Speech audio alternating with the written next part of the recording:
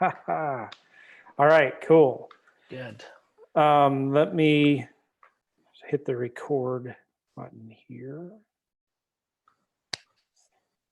All right, welcome everybody. This is the Real Estate Investing Mastery Podcast. And this is a first for us. This is the first time we're recording a podcast live with a student. And this is a little different format. So, Jim, you're our first guinea pig. How does that feel? I love being a guinea pig. Okay, so what we're doing here, I'm Joe McCall. This is Gavin Timms. How you doing, Gavin? Good. Joe, how are you? Jim? Awesome. Guys, this is the Real Estate Investing Mastery Podcast. Gavin is my coaching business partner, and he's also my partner that we do our deals together with. And we do deals with one of our other coaching clients, Melissa, down in Alabama. We're averaging about 5 to 10 deals a month. And we decided, let's do something cool. Gavin and I decided, let's take some students. They might be students who bought a course or in our coaching program. And let's do a free coaching call where we kind of dive into one or two challenges that people are having, help them a little bit. And we think that by doing that, it's going to help some of you out there. Because Jim is not alone in the challenges that he has, right? A lot of people that are just getting started have the same kinds of questions. And so we want to help him. And at the same time, hopefully we're helping you with maybe some challenges you're having as well. And I also have to say as an introduction, this is not my office chair. Okay. I am not, and I don't have the word love behind my desk. I am not in my office. I'm in our carriage house in the family room. Just so you all know, this isn't my office chair. It's flowery. My wife picked it out. Wanted to make sure that we're all on the same page there. So cool. Let me also tell you too, guys, this is a podcast. So some of you are watching this live right now on YouTube and Facebook. Some of you are going to be listening to the recording of this later in iTunes when it's released as a podcast. If you're watching this live and you've got any questions, please type them in the comment box and we will do our best to answer them. So say hello, tell us where you're from. Let us know if you have any questions. Maybe you have a question for Jim. We'll do our best to answer that. So cool. All right, Jim, how are you? I'm doing great. Nice. Jim, we sent out an invitation recently to all of our students and said, hey, who would like to be on a podcast? You responded. And if you don't mind, I'm going to kind of read some of the things that you said here on our questionnaire. Is that all right? Sure, go ahead. What are one or two things you would specifically like to accomplish on this call? You said marketing for sellers and automation. What kind of investing do you focus on? You said lease to own, lease option flips, and sandwich lease options. Do you currently do real estate full time? You said no, but you hope to soon. What's your target market? You're in the Minneapolis-St. Paul area. Great market. How do you, you're just getting started, so you've not done any deals yet. Your goal is to do about 20 grand a month. And what are some of the things that are holding you back? Procrastination and making the best use of your time. I can totally relate to that, by the way. Totally. More than I care to admit. And how much do you currently spend a month on marketing? You spend about $200 a month on marketing. And how many offers do you make a week on average? Again, you're just getting started. You've made about 6 or 7 offers so far. Is that right? It's actually now about 15 offers. Oh, good for you. Good. That I've made a number of them the last week or so. Nice. Have you found that as you make more offers, it gets easier to do? I have found that out. And I've also found out that I don't need to dive as deeply into what's going on with the seller before making an offer. Oh, that's beautiful. Did you hear that, Gavin? That was great. Just say that again. Okay. I said I don't need to dive as deeply into the information with the seller before making an offer. Before I was waiting until I got to the point where the seller was almost begging me to make an offer. And now I found that a phone call or two, a quick conversation, and as soon as they show interest, it doesn't hurt to make the offer. Yeah. I think it's important to pull away. And Gavin and I talk about this a lot. Like when you're talking to sellers, don't become the motivated buyer. You need to be the reluctant buyer. You need to pull away. And when I was first getting started, I was always in this sales presentation mode. I felt like I had to convince them to do a lease option. So I was selling way too hard. I was pushing them. And they say, the harder you chase somebody, the faster they'll run. And sometimes it's like, I was getting this all the time. Well, this sounds too good to be true. What's the catch? Instead, when I flipped it around to being the disinterested buyer or the reluctant buyer, I started getting them to come to me. And I would say things like, I don't know if this is going to work for you. That's totally cool. But what if I could do this and this and this? So instead of a 5-minute spiel about all the benefits of lease options, it was just, well, what if I could maybe lease? I could get you that price, maybe. I don't know if it'll work for me or not, but what if I could get you that price if I lease the property for a couple of years and then buy it? What would you want to do then? Or you could say, if I could do this, if I could take care of the maintenance and repairs, you don't have to worry about the vacancies anymore, what would you want to do then? And in that just one simple question, I explained all the benefits of the lease option, right? Mm-hmm. Super simple. One other thing I'll say to that, Gavin, and you can chime in. When it comes to talking to sellers, this is so, so important. Ask questions. Ask lots of questions. If you listen to me and Gavin talk to sellers and some of the role plays that we do in the course, and you count the number of questions that we get, it's like at least a minimum of 20 questions every time we talk to a seller. Not like stupid questions or not like annoying questions, but just tell me about the house. Is it a good area? Is that a good price? Why do you want to sell it? Why don't you just list it with a realtor? Have you ever thought about this? I don't know if this would work for you, but so that kind of stuff. When you ask questions, you stay in control. Does that make sense? Yeah. I'm glad you said that, Jim, because a lot of people are struggling with that. Like, this is hard. Why is it? But go ahead, Gavin. Yeah, I was going to say the easiest way to keep control, to gain control, depending on where you're at with the conversation, is ask questions. And there's different frameworks you can use depending on, how confident you are, how new you are to the business. It's real simple when you get on the phone with a seller and you just say, hey, Mr. Seller, I just want to ask you a few questions about your house.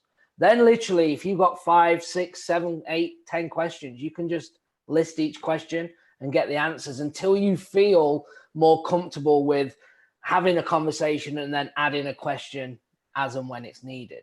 And the good thing is when you get this and understand it more, it's a great position to be in when you can ask a question that you already know the answer to, okay? But they think they're controlling it, even though I know. So when I say, I'm not sure if this is going to work, I'm really concerned about the location. They key in, location's fantastic, best school district. Now they're selling me. Are you sure it doesn't need any repairs? I mean, you said that it might need this or this. Oh no, it's a great house. We did this to it. Again, they're selling me. I already know the answers to what's coming back. Does that make sense? But they're giving me the information rather than me selling on them. So that's a constant thing. Ask great questions that you know the answer coming back. You still ask the question even though you know the answer, because them saying it means they're making the decision. That makes sense. That's been the toughest part for me, that I come from a world where I'm the advisor. I'm the one telling people how things work. And so for me to step away from that and not be the one trying to explain the whole program and how it works and all the benefits and everything, and ask those questions, that's what I need a lot of work on as far as with the sellers. I like that. Jim, I want to ask you something about a marketing plan. One of the things we talked about in the course was creating a marketing plan. Did you feel like you understood that? Were you able to create one? I understood that. I was able to create somewhat of a marketing plan. I know it's not the most efficient of what I could do. What I did is I did invest in using the scraping solutions and bought a couple of lists. When that came back, I put it into REI Simple and started sending out email and SMS blasts. And that's really what my marketing has been. It's fairly cost efficient. I get a lot of no's, but I've gotten a few yeses and a few people that have said, yeah, I'd be interested in talking about a lease option. In fact, just before we went on this call, I was talking to a realtor that had responded to one of my ads. He had a rent-to-own or a rental that was listed and got back to me and said, the seller would definitely be interested in a rent-to-own. Why don't you send me some information about it? I told him, sure, I'll send you the short form offer. I'll send you the credibility pack. and let's Nice. talk. And I also asked him, I said, do you have any other houses that might be candidates for this? And he says, yeah, I got 3 or 4 of them. Let's talk about them. Oh, look at that. So people are always asking, like, should I just stay away from realtors? Should I ignore the ads listed with realtors? And I'm like, no, don't, for sure not. Yeah, I had no idea this So guy do was you- a realtor. Yeah. Okay, good. So Jim, do you have a scorecard too? Do you track your numbers, like how much marketing you're sending out, how many sellers you're talking to every day? I do. I've not been real good at keeping track of it, just because it's kind of the time that I get to do this is kind of hit and miss, and it's almost like I'd rather do the work than track the work. I need to be a little bit better at that. I'm trying to go back and Eventually, fill in my numbers later. I think eventually you want to get to where you got a VA updating that scorecard for you, right? Because Well, eventually I want to get to the point where I've got a VA that's sending out, getting the lists and sending it out and taking the first responses. That's kind of what I see as being the spot that I need to get to in order to be most efficient. okay. So how many sellers are you talking to on average a day right now? A day, I'm probably talking just 2 or 3 of them. That's really about all I've got time for. I'm in the middle of a job search. That I'm between jobs. I need to find a new job until I can get real estate up and going to the point where it can replace what I was doing. And because of that, my time is somewhat limited and will be limited once I find that job. I'm close to Maybe you finding should one. maybe this is a bad idea. Maybe you should go to a temp agency, just get a temp job. Hmm. If you push hard and work hard with this lease option stuff, you may be able to, for me, within 3 months of flipping lease options, I was able to make enough money to replace my current income at my job. Hmm. And this was 10 years ago. I was making about 75, 80 grand a year as an engineer. So, I don't know what kind of savings you have, but if you can show like a consistent 3 months of doing deals, for me, that was my comfort zone, and I could quit my job. Right. And that's the point. Think I would about it. have to get past what I was making, and I'd have to be doing a number of deals. That Okay. my income was fairly high at my last job, and I'm looking for something that's pretty close right now. Okay. So, one of the things that we talked about in the marketing plan, and I'd encourage you to review that again, is start from your goal, your income goal, and work backwards, right? So it may be like if you want to make 20 grand a month, let's just say 4 deals. And let's say that means you got to get, if you want to do 4 deals, you got to get 5 properties under contract. Let's be conservative. Let's say you got to get 6 properties under contract every month to sell 4. Because 1 or 2 of them may not sell, maybe priced too high, just may not be a great house. So if you got to get 6 contracts a month, and let's say you need 30 leads to do 1 contract, that's 180 leads a month, right? Right. Which is not impossible, but that's hard for a part-time person to do.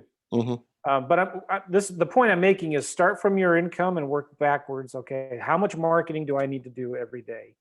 And you should have 1 or 2. You should have 2 things on there at least, right? You can't have all your eggs in one basket. Hmm. But I suggest, or if you're doing just Craigslist and Zillow, then do multiple markets, like Right. maybe the entire state of Minnesota, Hmm. instead of just one market. But you don't want to have all your eggs in one basket. But the goal is to talk to 5 sellers a day. Hmm.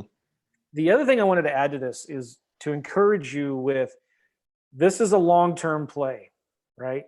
If you're going to find building that momentum is really important. And it's hard at the beginning. That's what's frustrating with this business. I wish I could wave a magic wand and have the momentum start immediately. Hmm. But it just doesn't work that way, right? So it's like a train. If you were pulling or pushing a train, at first it's really hard, right? Because it's heavy.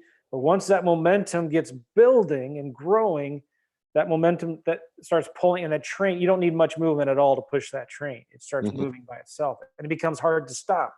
Like if you've been doing marketing long enough, if you stopped your marketing, you'd probably still be getting leads and doing deals for another 6 to 12 months. Hmm. So you gotta be patient and be consistent in this business. You got to be consistently doing marketing, even when you're getting discouraged and you're like, oh man, I've made 15 offers. It's not working yet.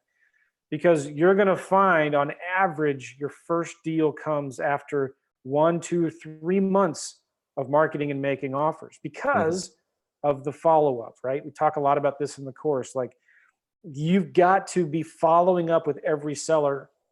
On average, we were just talking to a coaching student, Dustin. Oh, you weren't on the call. Gavin was in the Dominican Republic. I'm mad at him right now for being gone for felt like a month in the Dominican Republic, and it was just gorgeous there. But I was doing the last coaching call, and Dustin, who's one of our clients in San Diego, doing a bunch of deals in Oklahoma right now. And this is really interesting. He said this is the second month in a row he's done 5 deals or more in Oklahoma. And people on the call were like, what's he doing? What's he doing? What's he doing? So I brought him on and talked to him, and he's like, just following up. Like, that's it. It's nothing sexy or fancy, just following up. And on average, it's taking for him, it's taking, what was the numbers? Like 3 to 4 months of follow-up, 6 to 7 touches. And some of the deals that he's done, he's been following up for 6 months or more. One of them, I think he said, was over 20 follow-up touches. So why am I saying that? Because you're just getting started. Right. I would be excited because you've already made 15 offers, which is awesome. Those offers are eventually going to turn into deals. One of them will, right? Yeah. But you keep on sowing those seeds every single day.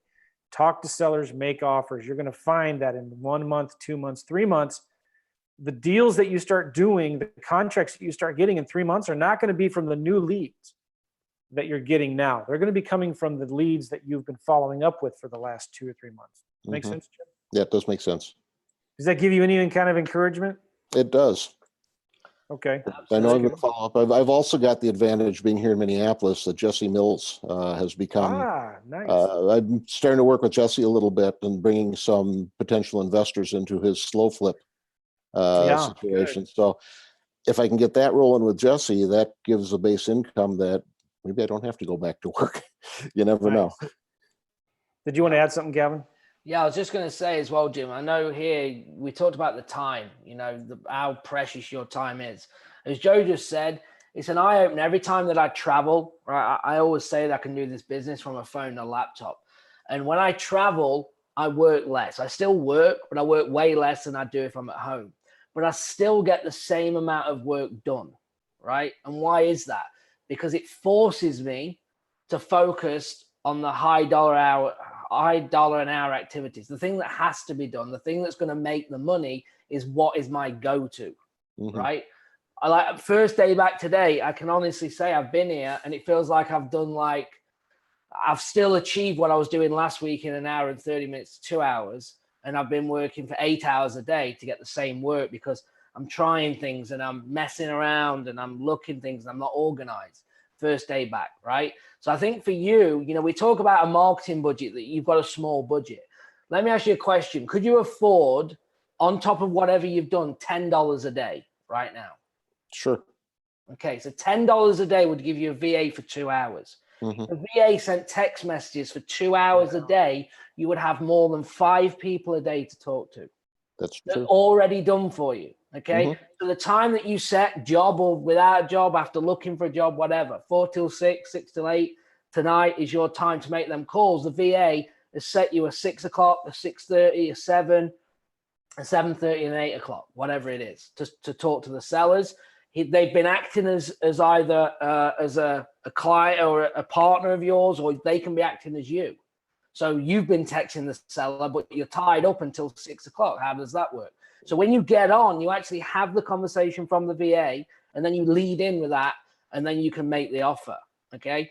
And maybe in them 2 hours, it could be as soon as you get 5 leads, I want you then to make offers on yesterday's deals. And you can run this at a small budget. All the clients that we work with that are doing deals are still working under $1,000 budget. Even the ones doing multiple deals are still operating under $1,000 a month, right? Okay. So $10 a month. And sometimes for me, you have to put it into perspective. It's a Starbucks, Yeah, it's exactly. a drink at the bar. It's What kind of drinks do you drink at Starbucks? but whatever, a couple of drinks. And if you can do that and put it into your business, and I say that not for you, Jim, but everyone listening as well, because we all know we go to Starbucks. All right, Starbucks and a pastry or whatever you call Yeah, it. yeah, okay. Right? $10. That's two hours. You don't need a VA for any longer to get Right. 5 leads a day. I'm telling you, 5 leads, And that- text into REI Simple. It'll be ready for you to make them calls. And that's actually what I've been focusing on the last few days is I've been watching the videos that were part of the program, the bonus program about VAs and hiring VAs and trying to figure out how to do this and trying to get something where I can get something going. Because I do know that that's what I need to do is the high value tasks Yeah. instead of the low value ones. I spent too much time in the last couple of weeks learning how to use REI Simple, setting up a website, doing that kind of stuff, getting the basic setup ready to go and not doing enough of the business where it's time to start to generate and start to move a little more toward doing the business. Well, good. You've got that behind you now, right? I Yeah. totally agree with what Gavin was saying. Like a virtual assistant can just do wonders for your business. Like you shouldn't be doing the $5 an hour activities. You should be doing the $500 an hour activities. If you're sending text messages and pre-screening leads, that VA can do that, right? My 10-year-old daughter could do that. So what you need to do is like as soon as you can, get a VA to do that for you. And I talk about those 3 simple text messages your VAs can do. Number 1 is the house still available? You know, hi, my name is Jim. I like the house at 123 Main Street on Zillow or Craigslist. Is it still available? Number 2, you could ask them maybe like, are you the owner? If they say yes or no, maybe you could have a different response for them. But then a third question could be, well, you wouldn't be interested in maybe leasing the house for a year and then selling it, would you?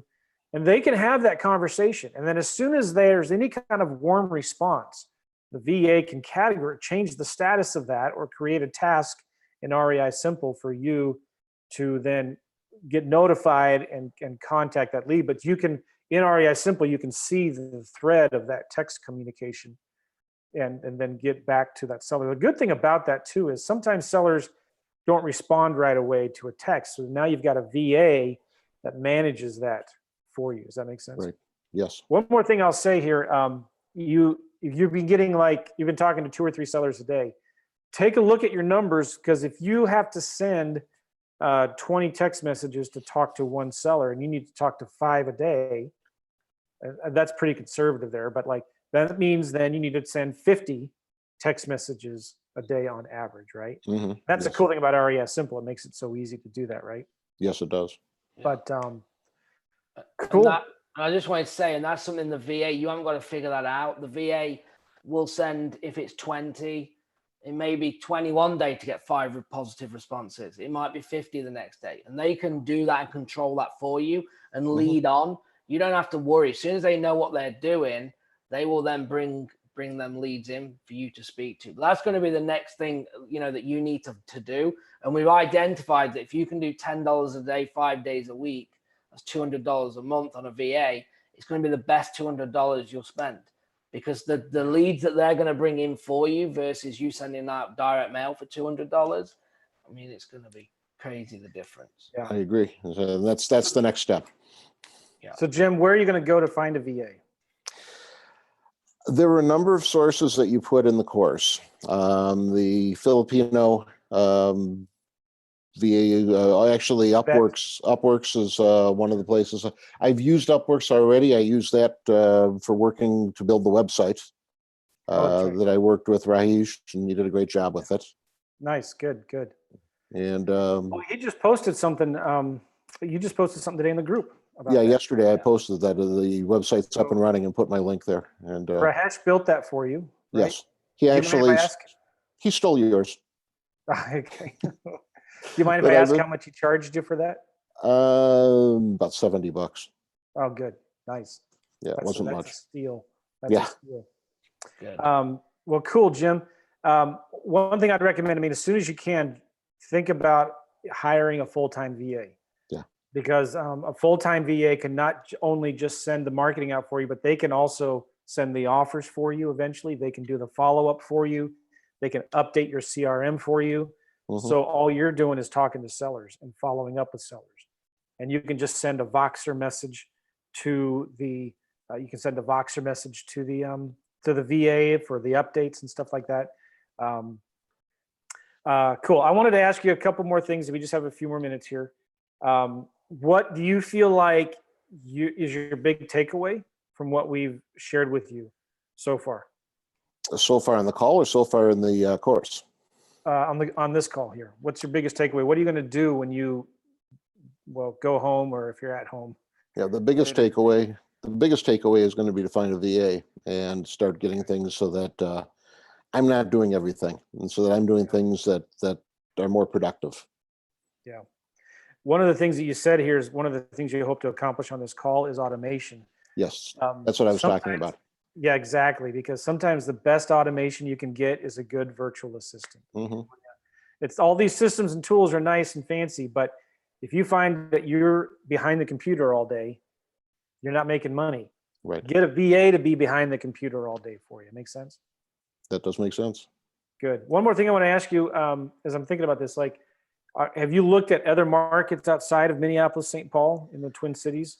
I've considered other markets, but I haven't actually started working any other markets. One market I want to look at is just because it's someplace eventually I want to live is South Florida. That I have an eye towards moving down there at some point in the future. My wife has an eye towards moving down there some point in the future. But I mean, there's a lot of other markets that I could work. And actually, almost by mistake, when Zillow or when Scraping Solutions sent me my first Zillow scrape, it included a lot of greater Minnesota and the cabin country of Wisconsin, which is kind of, within about 200 miles of here. So there were a number of leads for lake properties and resort properties. Don't ignore those. You may think, like, who would want to live that far out in the country? Don't ignore those, because those are great. I've made 3 or 4 offers to those people already, resort areas. And the trick then is going to be how to find a tenant buyer, but I'm sure there are people for those areas. Yeah, there is. You're not committing to make any payments until you find a tenant buyer, right? Mm-hmm. But every time I've done a property out in the country, I've been shocked at how many people will express interest and apply. Tenant buyers will apply for that house because there's nothing else out there. And when you can offer a creative lease option deal to them, as long as it's a good deal, you'll get interest in that. Mm-hmm.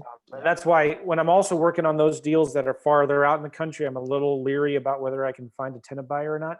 I make sure my option agreement with the seller is flexible, like non-exclusive. That means they can cancel it if they sell it before I do. I'm not tying it up. I'm not, so they can cancel it if they sell it before I find a tenant buyer. Does that make sense? And that's actually been one of my pitches to the people that I've been talking to, is to tell them that I'm not taking an exclusive on their house, that they can still market it while I'm marketing it, but I'm going to help them to try in another avenue to try to sell it for them, or to help them sell it. Cool. Any questions that you have, Jim? Don't think so. I mean, it's just I've taken in so much information in the last 4 or 5 weeks. I'm on module 5 right now in the simple lease option. So I haven't, just still working through it all. I've taken in so much information. I've done lease options before in the past, back in about 2008, 2009, and was holding personally in my own name about 13 or 14 properties when the market crashed. So I was doing everything wrong back then. So you're helping me to learn how to do things right, and it makes a world of difference. It's just a whole different ballgame. That's where I came from. That's where I sowed my roots. Cool. All right, Jim. Big takeaways that you're going to take away. Number 1, get a VA. Yes. Okay. Number 2, this relates to getting a VA. You need a scorecard. Mm-hmm. That VA needs to know what they're supposed to do. And that scorecard is going to tell them what they're supposed to do. So maybe you have your own scorecard, your VA has their own scorecard, or maybe, she just updates your scorecard, but you need to track how much marketing is going out, how many leads are coming in, how many sellers you're talking to. So that's 3, right? Marketing going out, leads coming in, sellers you're talking to, the offers that you're making, and the follow-up that you're doing. And you start tracking those numbers, you'll start creating targets and goals, because then your target hopefully is like, okay, we're going to talk to 30 sellers a week. We're going to make 20 offers a week, and we're going to follow up with every single lead once a month. And you start doing that, you start building the momentum. Watch out, because Jim is going to start doing a lot of deals. Cool. Sounds good. I like that. And one thing I'll just say real quick on that, Jim, with a follow-up, is the reason that you're making these offers to people that might not be interested now is that's going to help in the follow-up. Sure. So when you're actually talking, you're just shadowing is all you're doing. You're doing point of contact with them to eliminate everyone else in the marketplace, right? Because no one else is following up. So they know who Jim is, because Jim's the only one that's followed up. So when it becomes a deal, who do they want to do business with? They want to do it with Jim, because Jim is it. We get this all the time in the markets that we work. I want to do business because you're the only one that's followed up. You're the only one that's took your time to ask us how things are going. When it was a no, right? So you're not on there long. Follow-up can be 1 minute to impact heavily on the next time when you actually pick the property up or get the contract. Good. All right. Perfect. Hey, one more thing too, Jim. When you're sending your offers, how are you sending it to them? Email. I have not been Okay. doing it by snail mail yet, and I'm thinking I need to do that as well. Yes, definitely 100%. So go look up, in my course, I talk about it, but go to Google, click to mail, email to mail. Mhm. Okay. And they have a page, a tutorial that tells you how to do it, but they'll give you a special email address. If you send an email to that email address from a pre-approved email address, and in the subject line, you put seller's name, property address, or mailing address, city, state, zip, whatever in the subject line, you attach that PDF, and you have credits in click to mail. You have to prepay your credits in click to mail. Okay. They will print it same day and mail it first class to the seller. Mhm. We can do that in RES Simple, but that's real important because those emails are easy to lose. They go into spam. Sometimes they don't see them. They'll see it and they say, "Oh, I'll look at that later," or they just forget about it. And who reads emails anymore anyway? So send it in the mail, because now they got something to hold on to. Mhm. Your competition's not doing this. And as part of the follow-up that you do as well, send the emails and texts and slide dials and phone calls and all of that. But don't forget to send follow-up letters and postcards in the mail as well. That's just as important, because then it's like everybody sees their mail. They all read it. Like they might be opening it over the trash can, right? But they're looking at it. Right. So don't forget that. Cool. Okay. Awesome. Hey, thanks, Jim. Appreciate it. Yeah. Thank you. appreciate Thank you both very much. Thank Hey, you. everybody listening to this or watching this right now, if you want to work closely with Gavin and me, we work with a lot of clients one-on-one. We've got a workshop coming up in St. Louis in a few weeks. We work hand in hand with our private clients. We set up their systems for them. We do their marketing for them. We coach them through their first 2 deals. We actually reimburse the coaching fees back to our students when they partner with us on deals. So it's a pretty cool program. If you're interested in that, Gavin and I just did a case study where we talked about how we did over $155,000 in wholesaling fees in the last 2 months in one of our markets with one of our coaching clients. And we break through detailed step-by-step how we did that. If you would like to see that video, it's about 30, 45 minutes long. It's not a big giant sales pitch. We actually show you how we do it.